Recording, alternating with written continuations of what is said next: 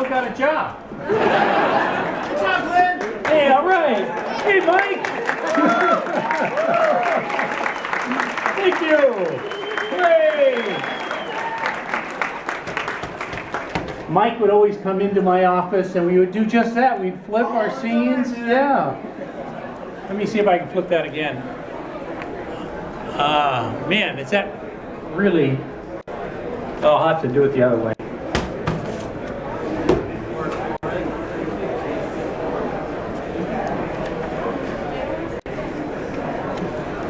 Okay.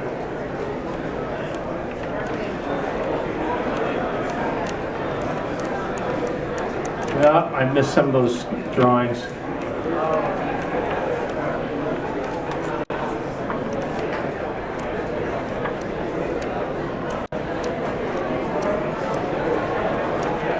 All right, so there we go.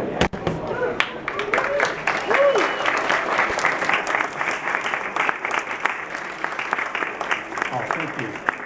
Thanks. Okay. Gotta put this over there. The paper goes over here.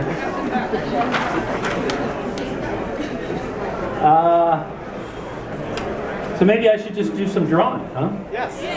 Okay. Oh, that's right. I was going to do one of these as a cleanup. And this is the fun part. This is when I would just put music on my headphones and just kind of relax, and because it was all turning out now.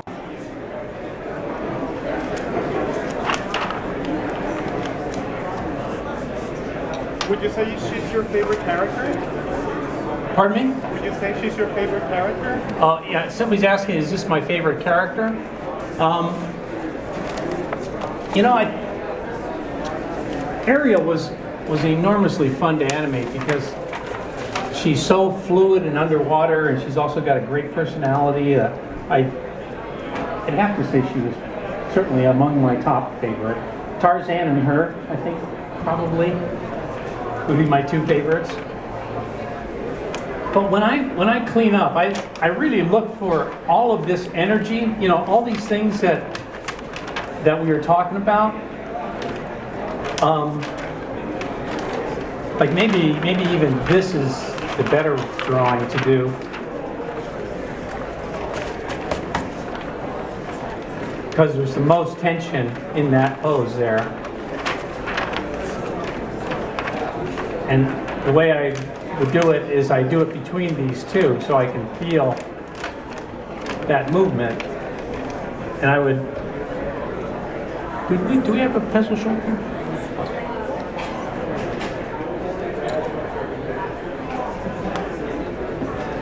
Oh, actually, I've got another pencil here.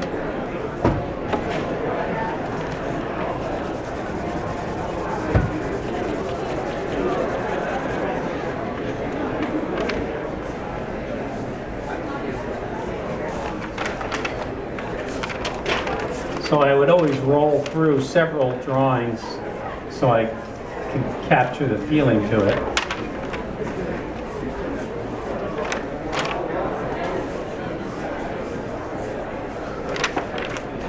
Do you regularly work without a light table? I never use the light. Even on something really subtle, I don't use the light. It was the first thing I was taught is to turn the light off.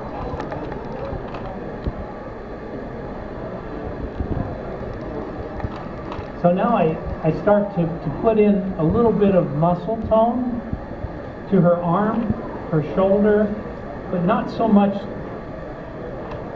because what I really want to keep is this flow that's happening there. I don't even have her hands there, so I don't know. I think I'd have to kind of work backwards and figure out what her hands are doing there, but I wouldn't worry too much about it right now. For seashells are always a debate as to how big are they. Each animator would draw them according, and I could always tell which animator drew Ariel by the seashell preference size.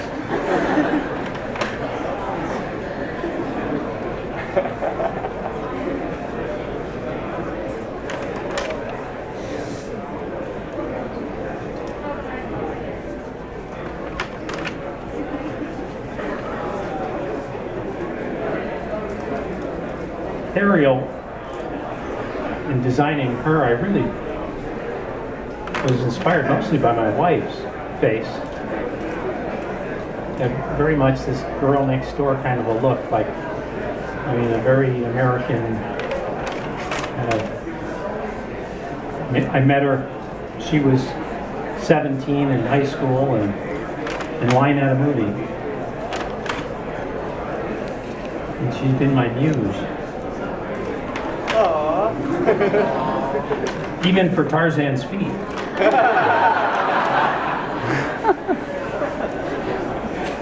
Fortunately, she's got a good sense of humor, too.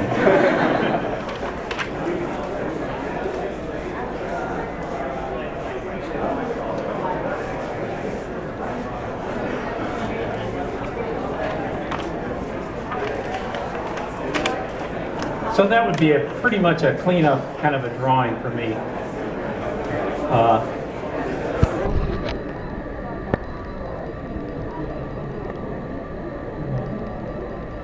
really like the shade of as soon as you do that, you sense there's a form here with the hair throwing a shadow on her body.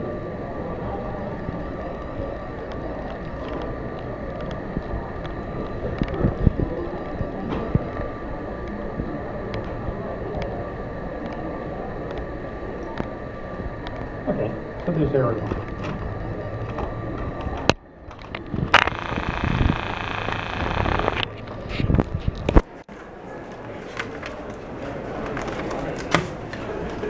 So, shall we draw something else?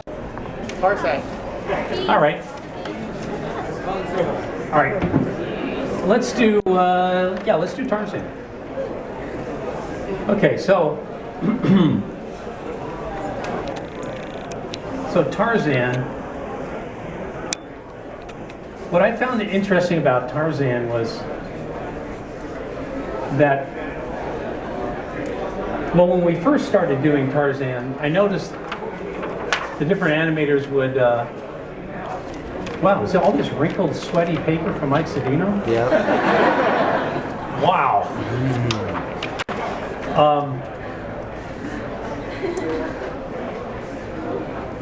That the way the animators, we were in Paris, and I was working with this team of animators, and everybody drew Tarzan the way they expected Tarzan to be. So they would do I saw a lot of Tarzan kind of like poses.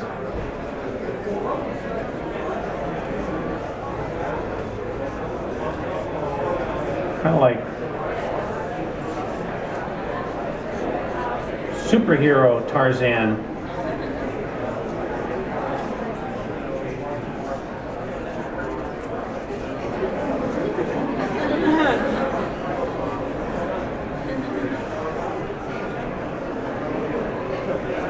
You know, kind of like that.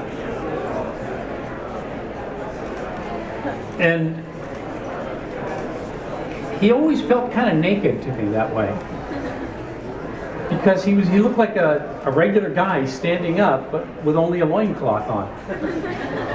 And so I started challenging our crew to look at animals and base your animation, your poses on an animal. And as soon as we did that, he wasn't naked anymore. He was a wild animal man. It was really, really helpful. One of the first things that I animated that I felt like started to really work was Tarzan swinging through. Oh, thanks. There it is.